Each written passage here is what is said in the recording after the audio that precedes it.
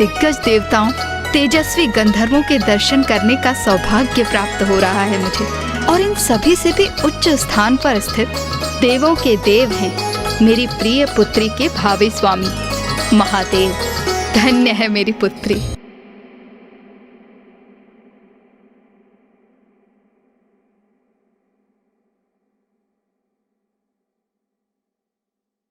वो तो ब्रह्मदेव और मां सरस्वती हैं।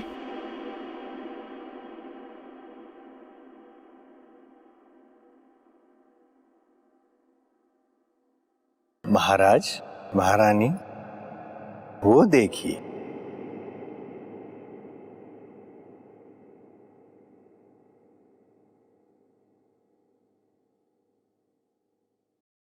क्या वो है महादेव? वो है मेरे जमाता, हमारी पुत्री के भावी पति, हमारे जमाता।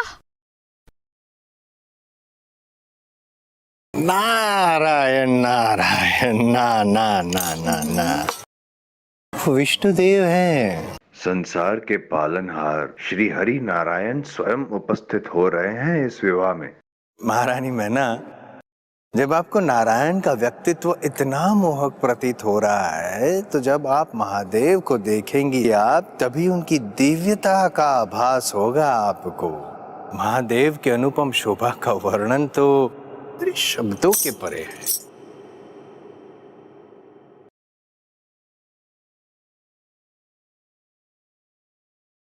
नारायण, कदाचित आपकी योजना पूर्ण करने के अत्यंत निकट हूं मैं।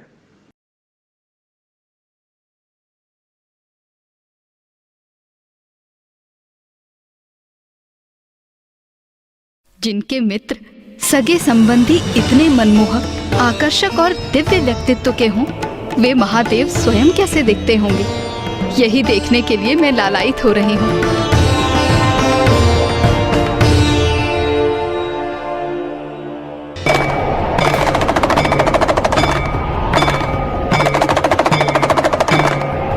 यह अकस्मात क्या हो रहा है?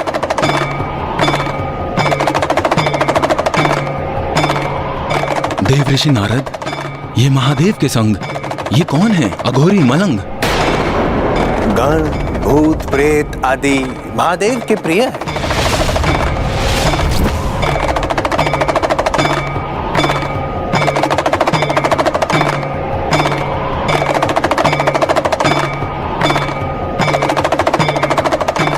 महारानी मैना, महाराज हिमावन, महादेव, महादेव।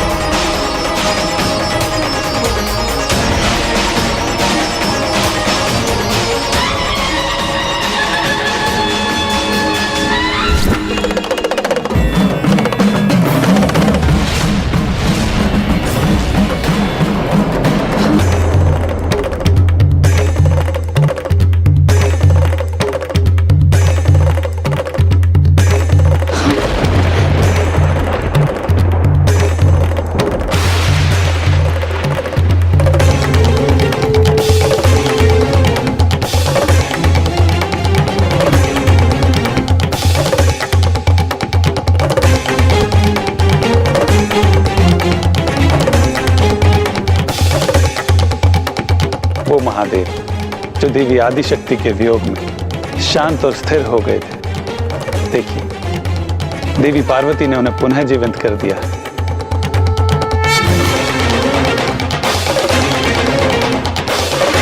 ये क्या, इस अघोरी से मेरी पुत्री का विवाह होगा?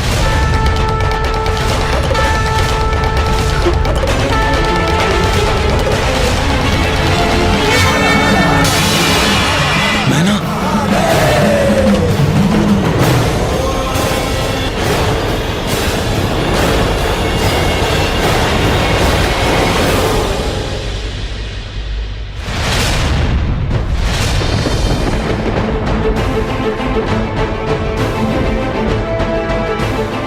मेरा कार्य संपन्न हुआ।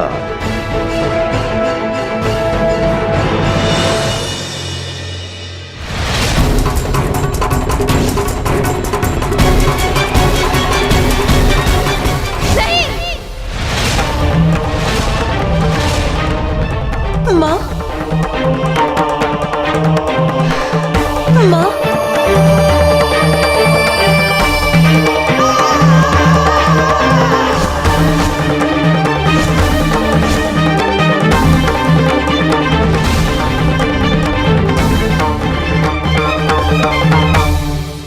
पार्वती, क्या ये हैं वो जिनके लिए तुमने 3 सहस्र वर्षों तक कठोर तपस्या की?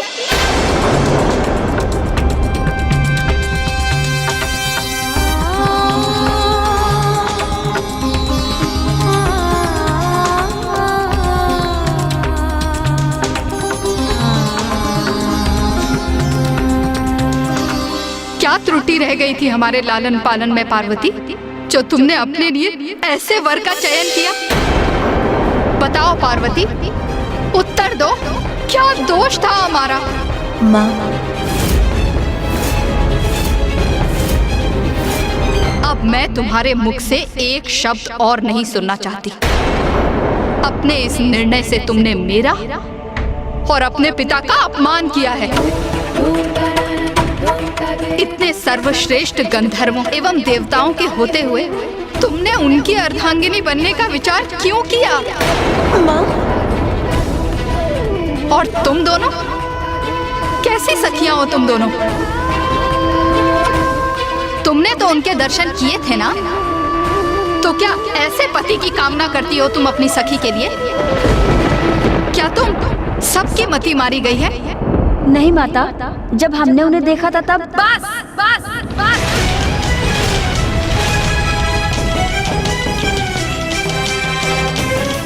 मेरे शब्द स्पष्ट सुन लो पार्वती। यदि उन्हीं से विवाह करने का निर्णय है तुम्हारा, तो उससे पूर्व मेरे कंठ में शिला बांध किसी कूप में फेंक दो मुझे और अंत कर दो मेरा।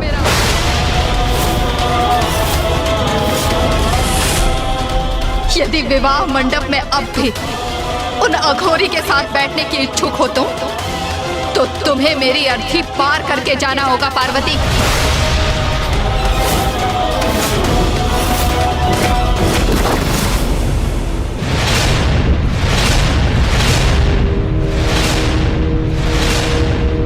माँ, नहीं पार्वती,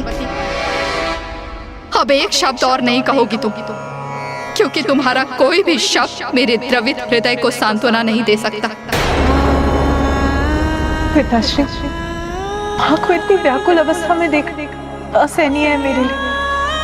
अब आप ही उन्हें शांत कर सकते हैं। व्याकुल तो मैं भी हूं पुत्री, इसीलिए निशब्द खड़ा हमारी प्यारी पुत्री पार्वती का विवाह एक अघोरी के साथ, इसकी हमने कदापि कल्पना नहीं की थी।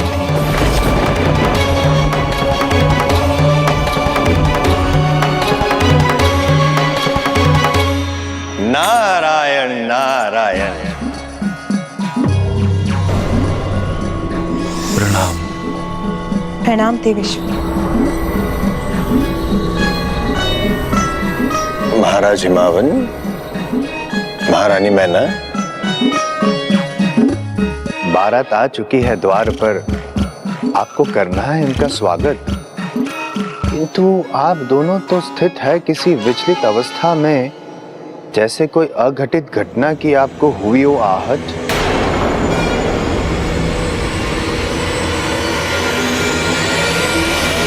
देव ऋषि नारद, कोई स्वागत नहीं होगा इस बारात का यहाँ। ये संदेश उन्हें दे दीजिए और साथ ही लौटने के लिए भी कह दीजिए।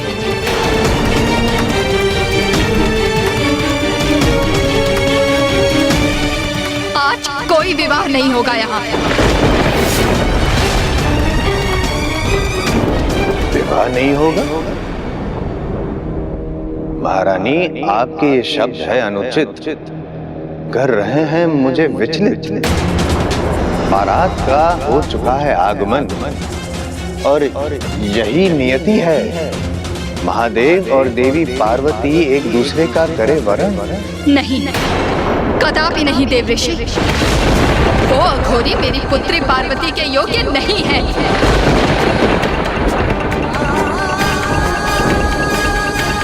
देव ऋषि आपने और सप्त ऋषियों ने सबने छल किया है हमारे साथ। आप सभी को भली भांति ज्ञात था कि वो एक अघोरी हैं। फिर भी सप्त ऋषियों ने उनका प्रस्ताव लेकर यहाँ आने का दुस्साहस किया। और देव ऋषि आपने क्यों बढ़ावा दिया मेरी अपेक्षा को? क्यों भ्रमित किया मुझे? जबकि सत्य से तो आप भली भांति परिचित थे ना। आप मेरी बात तो सुनिए महाराज। नहीं देव ऋषि, अब मैं किसी के मुंह से कोई बात नहीं सुनूंगी। मुझे अपने हृदय और अपने नेत्रों के सिवाय किसी पर कोई विश्वास नहीं है। और मेरा निर्णय स्थिर है। इस बारात को यहाँ से लौटना ही होगा।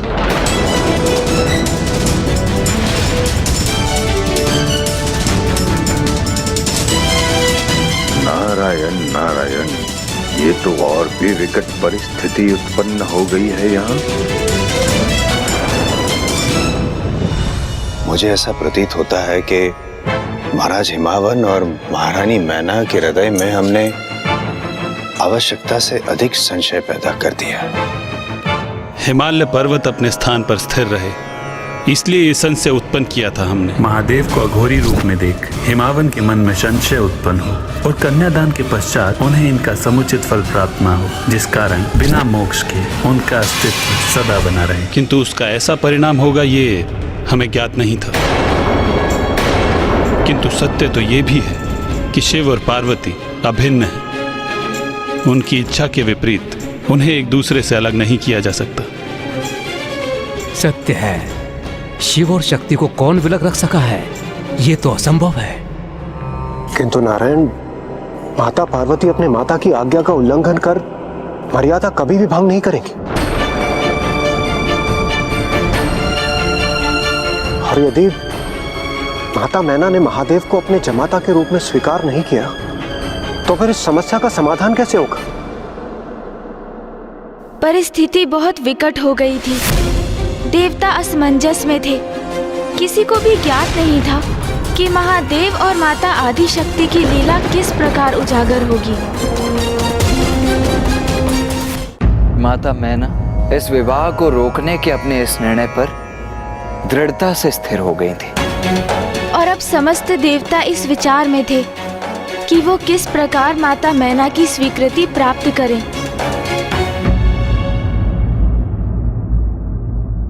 देवी मैना, समस्त देवता, ऋषि, मुनि सभी आपके द्वार पर पधारे।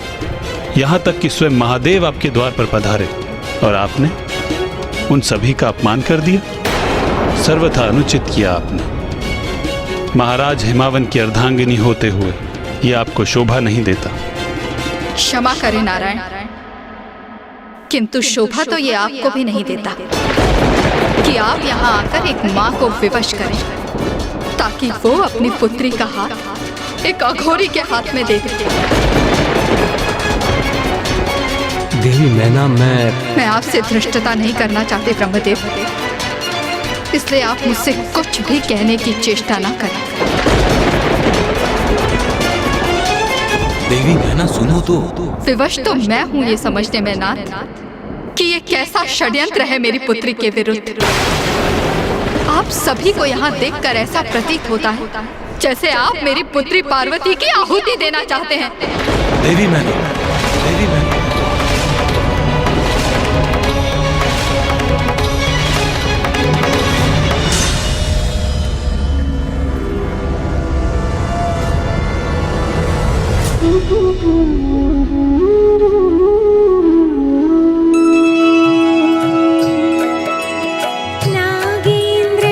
नागेन्द्रहाराय त्रिलोचनाय भस्मांगरागाय महेश्वराय नागेन्द्रहाराय त्रिलोचनाय भस्मांगरागाय महेश्वराय नित्याय शुद्धाय दिगंबराय तस्मै नाकाराय नमः शिवाय नित्याय शुद्धाय दिगंबराय तस्मै नाकाराय नमः शिवाय नमः शिवाय नमः शिवाय नमः शिवाय नमः शिवाय नमः शिवाय नमः शिवाय नमः शिवाय नमः शिवाय नमः शिवाय नमः शिवाय नमः शिवाय नमः शिवाय नमः शिवाय।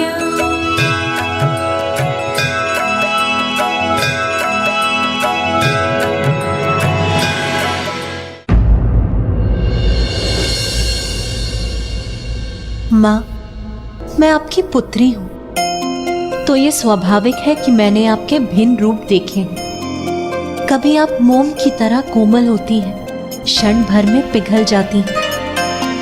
आपकी मुस्कुराहट से आपका संपूर्ण मुखमंडल दमक उठता है। तो कभी अनुशासन का पालन करने हेतु आप कठोर भी होती हैं, तो आपका मुख भी कठोर हो उठता है। आप नारी के भिन्न रूपों को भी दर्शाती हैं माँ। आप मेरी माँ होने के साथ साथ पिताश्री की पत्नी और हिमालय पर्वत की महारानी का दायित्व भी संपूर्ण कुशलता से निभाती हैं माँ। ये सभी आपके भिन्न स्वरूप हैं जो आपके दायित्व निर्धारित करते हैं माँ। किंतु माँ, इन सभी दायित्वों से परे आप है माँ। इसी प्रकार महादेव के भी अनेक रूप हैं। वो दिगंबर है, काल भैरव है, रुद्र है, शिव है। उनके जितने रूप हैं उतने ही नाम हैं, किंतु है तो वो परमेश्वर ही, महेश्वर, सबके कर्ता, हरता, स्वामी, मेरे ईश्वर, सभी के ईश्वर, साक्षात महादेव।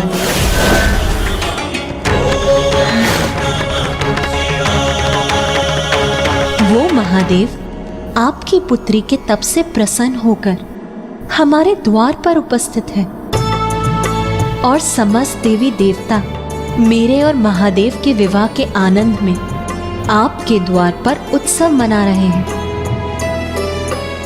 इससे बड़े सुख की बात भला और क्या हो सकती है माँ? मेरी नियति महादेव ही है, इसीलिए आप भी अपने मन से सभी शंकाओं को त्याग दीजिए माँ, और इस विवाह को होने की अनुमति दीजिए। यह आपकी पुत्री का अपनी माँ से निवेदन है माँ।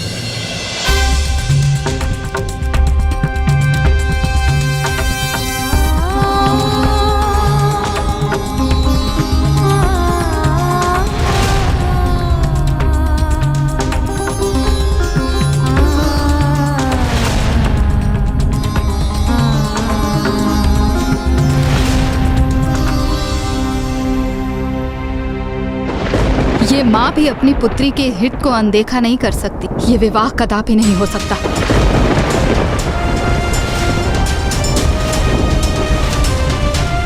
उस अघोरी को यहाँ से बारात लेकर वापस जाना होगा। ये एक पुत्री की माँ का निर्णय है।